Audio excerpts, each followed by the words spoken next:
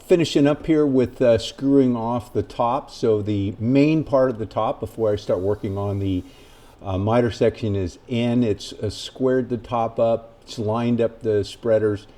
And even though I designed the miter area in SketchUp, I still take my time and work my way, kind of sneak up on it. So I have my template here for the sides, and I'm just using that for the radius. I just want to keep that common. Are you enjoying these videos? Do you get anything out of them? Would you like to see me make more? Well, this is your call to action. Drop down in the comments section down below. Give me a comment.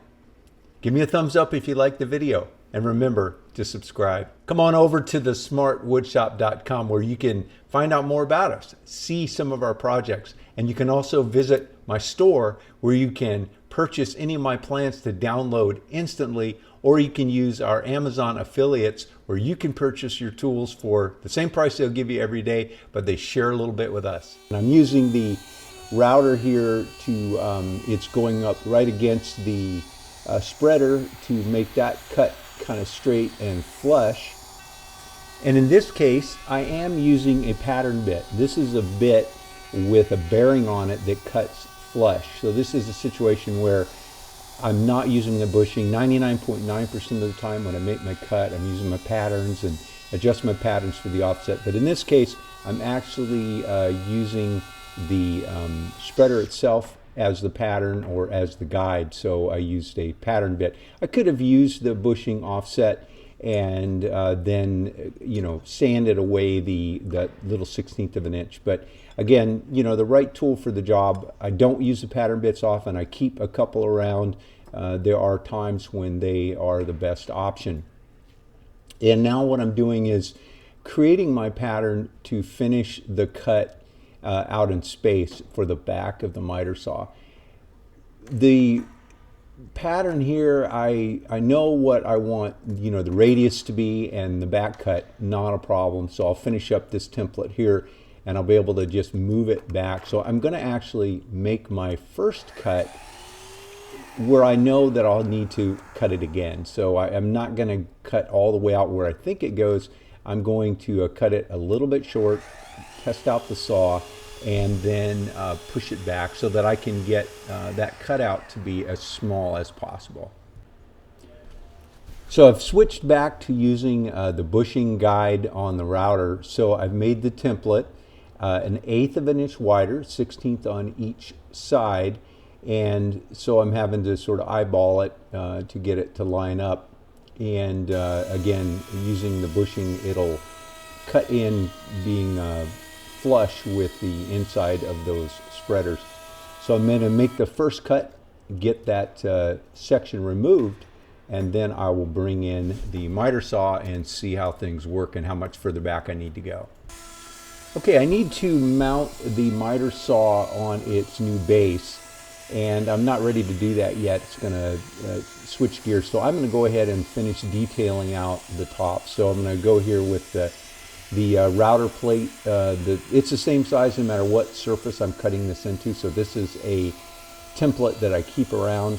I cut all the way through. This is set up to be pretty much the exact size of the plate. It's just a fuzz wider and longer.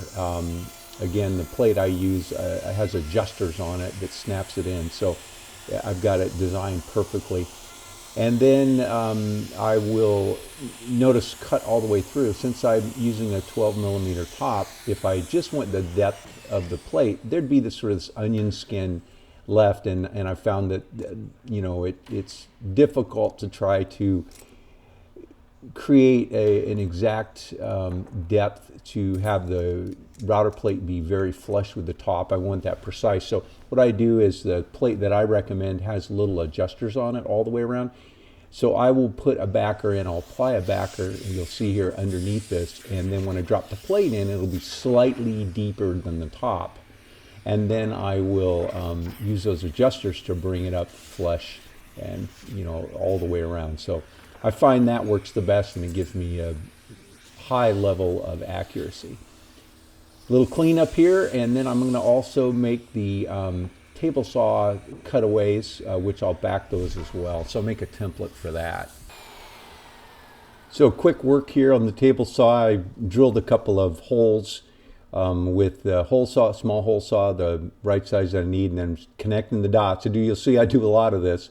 And this will be my template for cutting out the runouts, where I cut out the surface of the bench so that the table saw, when it's pushed up next to the bench, the miter gauges and sleds and things like that can push right across onto the bench and not be interfered. They don't work as guides like on the table saw. They're wider than that.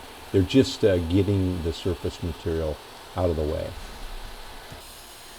So now with the template made, I've got these little stops on that I've screwed on the surface, and it pushes up tight to the bench for proper layout, and then the stop on the top is for the router to bump into. So again, a no-brainer. It's a simple little template, and I'm able to just clamp it on and make those cuts.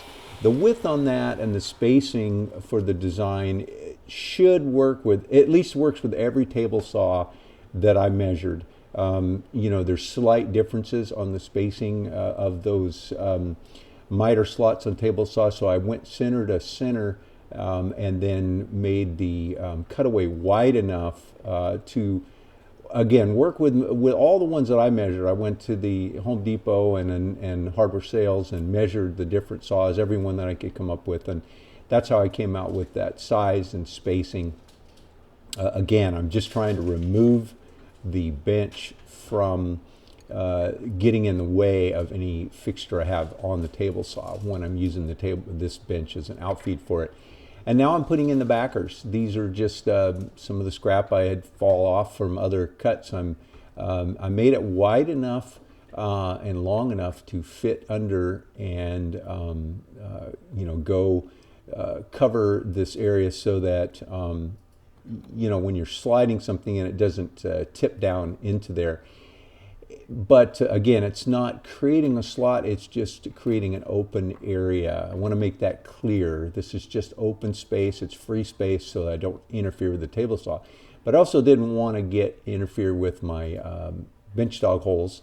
So it was a little finesse there to get it, just wide enough that I could attach it, but not interfere with the holes. I didn't want any, I'd have to re-drill through the holes if I did to, create that space. I could have done that, could have made it even wider and then drilled through those holes with the Forstner bit, but I just felt this was the best. Main thing here is the glue's holding it in place. Once, I did a few pins, got it set up, and then just used the bench dog holes to put the clamps through. Clamp those up, and as soon as the glue dries, those things are not coming out without being forced out with a chisel. Also, you can see the cutaway on the side for the router. I've got to have its miter slot. Now that miter slot is cut specific width. It is the miter slot like on the table saw, so it had to be cut to a specific width. I'm going to back it up as well. I haven't done that yet, but I've got a jig that I made that cut out with. And what I'm doing here is I am making the backer for the router plate now. I could have done it in 4 pieces and put it on underneath, but I just like creating a nice little rectangle. Again, precisely sized so it doesn't interfere with the bench dog clamping holes. And then it'll be glued and pinned in place as well. Okay, with the backer made for the router, I make sure it test fit it, and also to make sure that with the router itself that it would fit around the handle so I could drop it in. So again, making sure that everything's going to work before I pin it up and glue it up. Little clean up here, got it all clamped into place, and like to get on top of the glue. I could scrape it after it got hard, and I'll do a little bit of that, but as much as I can clean up while it's wet, the easier my job is. Well, that's a wrap for this one. We will mount the miter saw in the next video. Give me a thumbs up, give me a comment, subscribe, and come on over to thesmartwoodshop.com. Thanks for taking the time to watch. Have a great